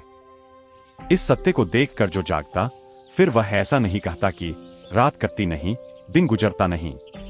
फिर वह ऐसा नहीं कहता कि जख्म ऐसा दिया जो भरता नहीं। आंख वीरान है, दिल परेशान है, गम का सामान है, यह तो सब आशा अपेक्षा की ही छायाएं हैं। इनसे कोई धार्मिक नहीं होता, और इनके कारण जो आदमी धार्मिक हो जाता है वह धर्म के नाम पर संसार की ही मांग जारी रखता है। वह मंदिर में भी जाएगा तो वही मांगेगा जो संसार में नहीं मिला है। उसका स्वर्ग उन्हीं चीजों की पूर्ति होगी जो संसार में नहीं मिल पाई है, उनकी आकांक्षा वहां पूरी कर लेगा। इसलिए तो स्वर्ग में हमने कल्प वृक्ष लगा रखे हैं, उनके नीचे बैठ गए सब पूरा हो जाता है। मैंने सुना एक आदमी भूले भटके कल्प वृक्ष के नीचे पहुंच गया। उसे पता नहीं था कि यह कल्प वृक्ष है। वह उसके नीचे बैठा, बड़ा थका था। उसने कहा, बड़ा थका मांदा हूं, ऐसे में कहीं कोई भोजन दे देता, मगर कहीं कोई दिखाई पड़ता ही नहीं। ऐसा उसका सोचना ही था कि अचानक भोजन के थाल प्रकट हुए। वह इतना भूखा था कि उसने ध्यान भी न दिया कि कहां से आ रहे हैं, क्या हो रहा है। भूखा आदमी मर रहा था। उसने भोजन कर लिया। भोजन करके उसने सोचा, बड़ी अजीब बात है, मगर दुनिया है, यहां सब होता है, हर चीज होती है। इस वक्त तो अब चिंता करने का समय भी नहीं, पेट खूब भर गया है। उसने डट कर खा लिया है। जरूरत से ज्यादा खा लिया तो नींद आ रही है। तो वह सोचने लगा कि एक बिस्तर होता तो मजे से सो जाते। सोचना था कि एक बिस्तर लग गया। जरा सा शक तो उठा, मगर उसने सोचा, अभी कोई समय है, अभी तो सो लो, देखेंगे, अभी तो बहुत जिंदगी पड़ी है, जल्दी क्या है, सोच लेंगे। सो भी गया। जब उठा सोकर, अब जरा निश्चित था। अब उसने देखा चारों तरफ की मामला हो क्या रहा है। यहां कोई भूत प्रेत तो नहीं है। भूत प्रेत खड़े हो गए, क्योंकि वह तो कल्प वृक्ष था। उसने कहा, मारे गए तो मारे गए, कि भूत प्रेत झपटे उन पर, वे मारे गए। कल्प वृक्ष की कल्पना कर रखी है स्वर्ग में। जो जो यहां नहीं है वहां सिर्फ कामना से मिलेगा। तुमने देखा आदमी की कामना कैसी है। यहां तो श्रम करना पड़ता है, कामना से ही नहीं मिलता। श्रम करो तब भी जरूरी नहीं कि मिले। कहां मिलता, श्रम करके भी कहां मिलता। तो इससे ठीक विपरीत अवस्था स्वर्ग में है। वहां तुमने सोचा नहीं कि मिला नहीं, तत्क्षण उसी क्षण। समय का जरा भी अंतराल नहीं होता। लेकिन ध्यान रखना, तुम वहां भी सुखी न हो सकोगे। देखा इस आदमी की क्या हालत हुई। जहां सब मिल जाएगा वहां भी तुम सुखी न हो सकोगे, क्योंकि सुखी तुम तब तक हो ही नहीं सकते जब तक तुम सुख में भरोसा करते हो। सुख से जागो।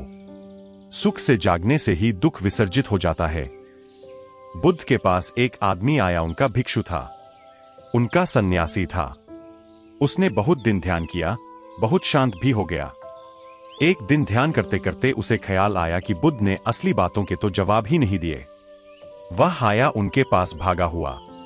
उसने कहा कि सुनिए, न तो आपने कभी बताया है कि ईश्वर है या नहीं, न आपने कभी यह बताया है कि स्वर्ग है या नहीं, न आपने कभी यह बताया है कि आत्मा मरकर कहां जाती है, पुनर्जन्म होता कि नहीं। इन बातों के उत्तर दें। बुद्ध ने कहा, सुनो, अगर मैं इन बातों के उत्तर दूं तो तुम्हारे तक उत्तर पहुंचने के पहले मैं मर जाऊंगा और तुम्हारे समझने के पहले तुम मर जाओगे। इन बातों के उत्तर व्यर्थ है। ये तो ऐसे है जैसे किसी आदमी को तीर लग गया हो और वह मरने के करीब पड़ा हो और मैं उससे कहूं कि ला मैं तेरा तीर खींच लूं, और वह कहे, रुको, पहले मेरी बातों के उत्तर दो, यह तीर किस दिशा से आया, यह किसने चलाया, चलाने वाला मित्र था कि दुश्मन था, भूल से लगा कि जानकर मारा गया, तीर जहर बुझा है या साधारण है। पहले इन बातों के उत्तर दो, तो मैं उस आदमी को कहूंगा, फिर तू मरेगा। मुझे पहले तीर खींच लेने दे, फिर तू फिक्र करना इन प्रश्नों की, अभी तो बच जा। तो बुद्ध ने उस भिक्षु को कहा कि मैंने तुम्हें बताया है कि जीवन में दुख है, और मैंने तुम्हें बताया है कि जीवन के दुख से मुक्त होने का मार्ग है। मेरी देशना पूरी हो गई।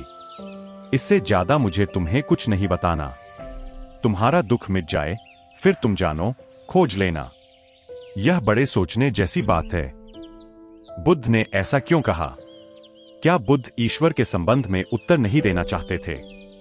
बुद्ध जानते हैं कि तुम ईश्वर को भी दुख के कारण ही खोज रहे हो। जिस दिन दुख मिट जाएगा, तुम ईश्वर इत्यादि की बकवास बंद कर दोगे। ईश्वर भी तुम्हारी दुख की ही आकांक्षा है कि किसी तरह दुख मिट जाए। संसार में नहीं मिटा तो स्वर्ग में मिट जाए। यहां तो मांग मांग कर हार गए, यहां तो न्याय मिलता नहीं, परमात्मा के घर तो मिलेगा। लोग कहते हैं वहां देर है, अंधेर नहीं। कहते हैं चाहे देर कितनी हो जाए, जन्म के बाद मिले, जन्मों के बाद मिले, मरने के बाद, लेकिन न्याय तो मिलेगा। अंधेर नहीं है, लेकिन तुम्हारी आकांक्षाएं अपनी जगह खड़ी है। तुम कहते हो कभी तो भरी जाएंगी। देर है, अंधेर नहीं। बुद्ध ने कहा, मैंने दो ही बातें सिखाई, दुख है, इसके प्रति जागो, और दुख से पार होने का उपाय है, साक्षी हो जाओ। बस इससे ज्यादा मुझे कुछ कहना नहीं, मेरी देशना पूरी हो गई। तुम ये दो काम कर लो, बाकी तुम खोज लेना। और बुद्ध ने बिल्कुल ठीक कहा। जिस आदमी का दुख मिट गया वह बिल्कुल चिंता नहीं करता कि स्वर्ग है या नहीं। स्वर्ग तो हो ही गया जिस आदमी का दुख मिट गया। और जिस आदमी का दुख मिट गया वह नहीं पूछता कि ईश्वर है या नहीं। जिस आदमी का दुख मिट गया वह स्वयं ईश्वर हो गया। अब और बचा क्या? जिसने पूछा है प्रश्न, उसे बहुत कुछ समझने की जरूरत है। जिंदगी को आकांक्षाओं के पर्दे से मत देखो। जिंदगी को अपेक्षाओं के ढंग से मत देखो। जैसी जिंदगी है उसे देखो और बीच में अपनी आकांक्षा को मत लाओ। और तब तुम अचानक पाओगे सांप खो गया, रस्सी पड़ी रह गई। फिर उससे भय भी पैदा नहीं होता, जख्म भी नहीं लगते, हार भी नहीं होती, पराजय भी नहीं होती, विषाद भी नहीं होता। और उससे तुम्हारे भीतर उस दिए का जलना शुरू हो जाएगा जिसको अष्टावक्र साक्षी भाव कह रहे हैं। दुख को देखो, सुख को चाहो मत, दुख को देखो। दो ही तरह के लोग हैं दुनिया में, सुख को चाहने वाले लोग और दुख को देखने वाले लोग। जो सुख को चाहता है वह नए दुख पैदा करता जाता है, क्योंकि हर सुख की आकांक्षा में नए दुख का जन्म है। और जो दुख को देखता है, दुख विसर्जित हो जाता है। और दुख के विसर्जन में सुख का आविर्भाव है। मैं फिर से दोहरा दूं, दो ही तरह के लोग हैं और तुम्हारी मर्जी, जिस तरह के लोग तुम्हें बनना हो बन जाना। सुख को मांगो, दुख बढ़ता जाएगा, क्योंकि सुख मिलता ही नहीं, मांगने से मिलता ही नहीं, इसलिए दुख बढ़ता जाता है। फिर जितना दुख बढ़ता है उतना ही तुम सुख की मांग करते हो, उतना ही ज्यादा दुख बढ़ता है। पड़े एक दुष्ट चक्र में जिसके बाहर आना मुश्किल हो जाएगा। इसी को तो ज्ञानियों ने संसार चक्र कहा है। भवसागर बड़ा सागर बनता जाता है, क्योंकि जैसे जैसे तुम्हारा दुख बढ़ता है तुम सोचते हो और सुख की खोज करें, और सुख की खोज करते हो और दुख बढ़ता है। अब इसका कहीं पारावार नहीं, इसका कोई अंत नहीं। भवसागर निर्मित हुआ। दूसरे तरह के लोग हैं जो दुख को देखते हैं। दुख है, ठीक है, इससे विपरीत की आकांक्षा करने से क्या सार है? इसे देख लें। यह कहां है, क्या है, कैसा है? दुख तथ्य है तो इसके प्रति जाग जाएं। तुम इसका छोटा मोटा प्रयोग करके देखो। जब भी तुम उदास हो, दुखी हो, बैठ जाओ शांत अपने कमरे में। रहो दुखी, वस्तुतः जितने दुखी हो सको उतने दुखी हो जाओ। अतिशयोक्ति करो। तिब्बत में एक प्रयोग है अतिशयोक्ति, ध्यान का गहरा प्रयोग है। वे कहते हैं जिस चीज से तुम्हें छुटकारा पाना हो उसकी अतिशयोक्ति करो ताकि वह पूरे रूप में प्रकट हो जाए। ऐसा मंद न हो। तुम दुखी हो रहे हो, बंद कर लो द्वार दरवाजे, बैठ जाओ बीच कमरे के ओर, हो जाओ दुखी जितने होना है।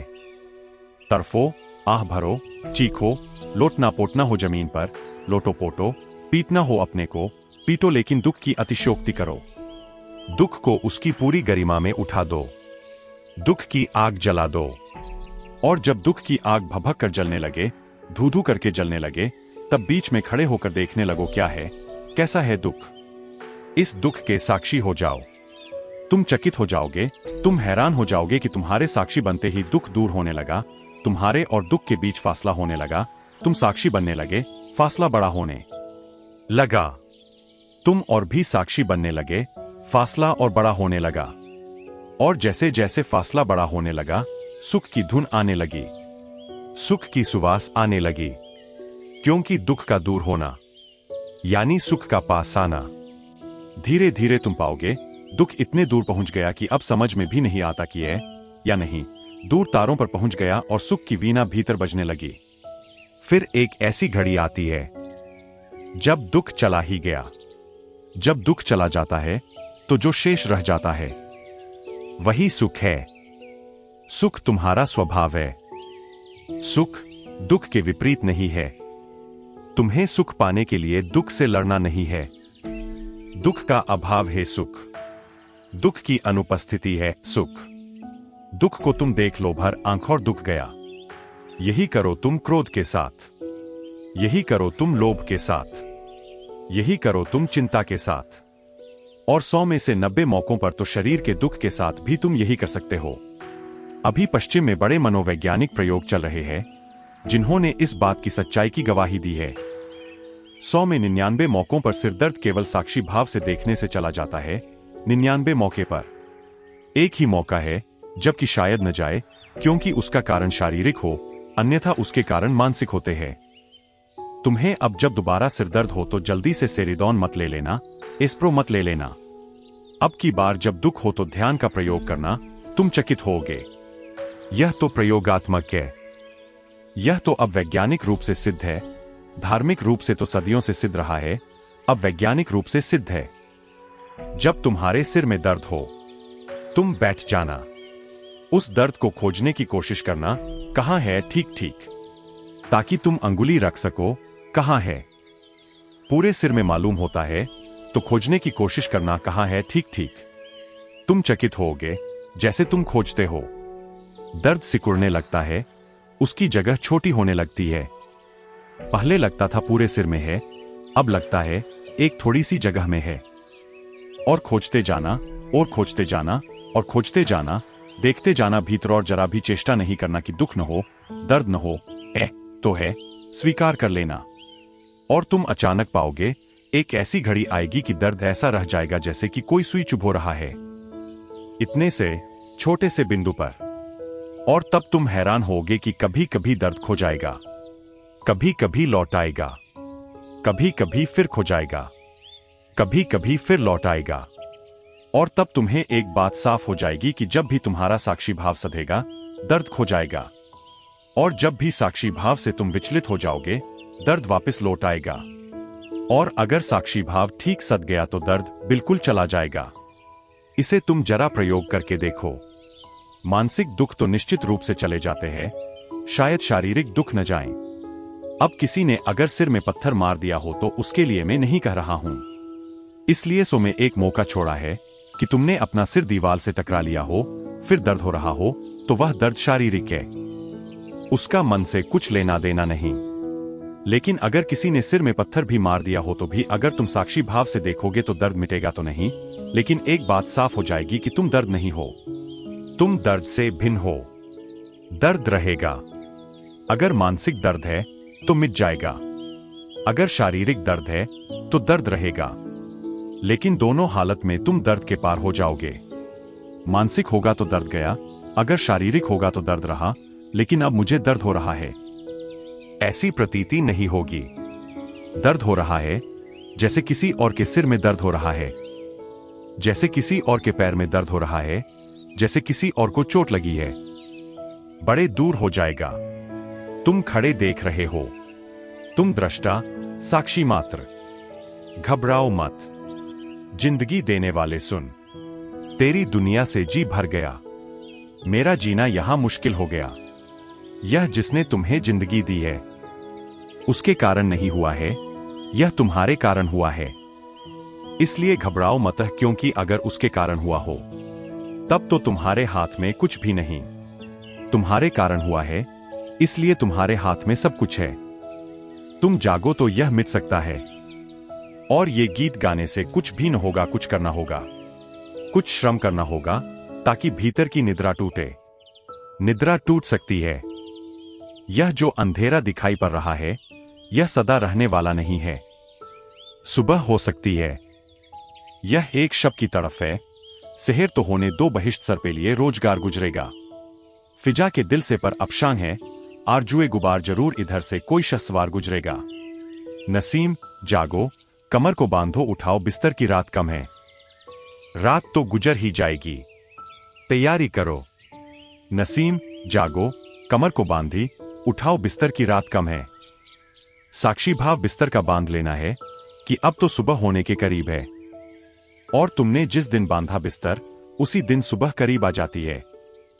यह सुबह कुछ ऐसी है कि तुम्हारे बिस्तर बांधने पर निर्भर है। इधर तुमने बांधा, इधर तुमने तैयारी की, तुम जाग कर खड़े हो गए, सुबह हो गई। सुबह अर्थात तुम्हारा जाग जाना, रात अर्थात तुम्हारा सोया रहना। रो रो कर दर्द की बातें कर लेने से कुछ हल न होगा। यह तो तुम करते ही रहे हो। यह रोना तो काफी हो चुका है। यह तो जन्मों जन्मों से तुम रो रहे हो और कह रहे हो कि कोई कर दे, दुनिया को बनाने वाला हो या न हो। तुम किससे प्रार्थना कर रहे हो उसका तुम्हें कुछ पता भी नहीं है। होन हो, बहरा हो, और तुम्हें दुख देने में मजा लेता हो, और तुम्हारा दुख उसे दुख जैसा दिखाई पड़ता हो। तुम किससे प्रार्थना कर रहे हो, और वह है भी, इसका कुछ पक्का नहीं है। आदमी ने अपने भय में भगवान खड़े किए हैं, और अपने दुख में मूर्तियां गढ़ ली है, और अपनी पीड़ा में किसी का सहारा खोजने के लिए आकाश में आकार निर्मित कर लिए है। इनसे कुछ भी न होगा। अष्टावक्र या बुद्ध या कपिल तुमसे इस तरह की बातें करने को नहीं कहते। वे तो कहते हैं जो हो सकता है वह एक बात है कि तुम्हारे भीतर चैतन्य है, इतना तो पक्का है, नहीं तो दुख का पता कैसे चलता। दुख का जिसे पता चल रहा है उस चैतन्य को और निखारो, साफ सुथरा करो, कूड़े करकट से अलग करो, उसको प्रज्वलित करो, जलाओ कि वह एक मशाल बन जाए। उसी मशाल में मुक्ति है। आखिरी सवाल, और आखिरी सवाल सवाल नहीं है। दो एकटी नमस्कारे प्रभु, एकटी नमस्कारे। उसकल देह लुटिए पड़ू कर तो मार ए संसारे, धन श्रावण में घेर मतोत्र सिर भारे नम्रनत। एकटी नमस्कारे प्रभु, एकटी नमस्कारे समस्त मन पड़िया थाक, उतव भवन द्वारेट नाना सुरेर आकुल धारा मिलिए दिए आत्महाराश। एकटी नमस्कारे प्रभु, एकटी नमस्कारे समस्त गान समाप्त होक, नीरव पारावारे हंस येमन मानस्यात्री तेमन सारा दिवस रात्रि। एकटी नमस्कारे प्रभु, एकटी नमस्कारे समस्त प्राण उड़े चलूकर महामरण पारे। स्वामी आनंद सागरेर प्रणाम। आनंद सागर ने निवेदन किया है, प्रश्न तो नहीं है लेकिन सार्थक पंक्तियां हैं, उन्हें स्मरण रखना। सकल देह लूटिए पदुक, तोमार ए संसारे, तेरे इस संसार में सब लुट गया, अब तो एक नमस्कार ही बचा है। एकटी नमस्कारे प्रभु, एकटी नमस्कारे। सकल देह लूटिए पदुक, तोमार ए संसारे। घन श्रावण में घेर मतो, और जैसे आषाढ़ में मेघ भर जाते हैं जल से, रसेर भारे नम्रनत, और रस से भरे हुए झुक जाते पृथ्वी पर और बरस जाते हैं। एकटी नमस्कारे प्रभु, एकटी नमस्कारे। ऐसा मैं बरस जाऊं तुम्हारे चरणों में जैसे रस से भरे हुए मेघ बरस जाते हैं। समस्त मन पड़िया थाक, तब भवन द्वारे, और तेरे भवन के द्वार पर सारे मन को थका कर तोड़ डालूं, मन से मुक्त हो जाऊं तेरे द्वार पर, बस इतनी ही प्रार्थना है। नाना सुरेर आकुल धारा मिलिए दिए आत्महारा। एकटी नमस्कारे प्रभु, एकटी नमस्कारे। समस्त गान समाप्त होक, नीरव पारावारे। ऐसा हो कि मेरे सब गीत अब खो जाएं, केवल नीरव पारावर बचे। शून्य का गीत शुरू हो, स्वरहीन रवहीन गीत शुरू हो, समस्त गान समाप्त होक, नीरव पारावारे। अब आखिरी गीत नीरव हो, बिना कहे हो, बिना शब्दों का हो। अब मौन ही आखिरी गीत हो। हंस येमन मानसयात्री, तेमन सारा दिवस रात्रि। ये प्राण तो मानस सरोवर के लिए, मानसरोवर के लिए उड़ रहे हैं। ये प्राण तो हंस जैसे है जो अपने घर के लिए तड़फ रहे हैं। हंस येमन मानसयात्री, तेमन सारा दिवस रात्रि। अहर्निश बस एक ही प्रार्थना है कि कैसे उस शून्य में, कैसे उस महाविराट में, कैसे उस मानसरोवर में इस हंस की वापसी हो जाए, कैसे घर पुनः मिले। एकटी नमस्कारे प्रभु, एकटी नमस्कारे। समस्त प्राण उड़े चलूक, महामरण पारे। ऐसा कुछ हो कि सारे प्राण अब इस जन्म और मृत्यु को छोड़कर जन्म और मृत्यु के जो अतीत है उस तरफ उड़ चलें। ऐसी बस एक नमस्कार शेष रह जाए। बस ऐसी एक प्रार्थना शेष रह जाए और मेघों की भांति तुम्हारे प्राण झुक जाए अनंत के चरणों में, तो सब प्रसाद रूप फलित हो जाता है, घट जाता है। तुम झुको कि सब हो जाता है। तुम अकड़े खड़े रहो कि वंचित रह जाते हो। तुम्हारे किए, तुम्हारी अस्मिता और अहंकार से और तुम्हारे संकल्प से दौड़ धूप ही होगी। तुम्हारे समर्पण से, तुम्हारे विसर्जन से, तुम्हारे डूब जाने से महाप्रसाद उतरेगा। तुम झुको रसेर भारे नम्रनत घन श्रावण में घेर मतो एकटी नमस्कारे प्रभु, एकटी नमस्कारे। समस्त मन पड़िया थाक, समस्त गान समाप्त होक, समस्त प्राण उड़े चलूक महामरण पारे। जीवन का परम सत्य मृत्यु के पार है। जीवन का परम सत्य वही है जहां तुम मिटते हो। तुम्हारी मृत्यु ही समाधि है और तुम्हारा न हो जाना ही प्रभु का होना है। जब तक तुम हो प्रभु रुका अटका, तुम दीवाल हो, तुम मिटे की द्वार खुला। सीखो मिटना, और मिटने के दो ही उपाय है, या तो साक्षी बन जाओ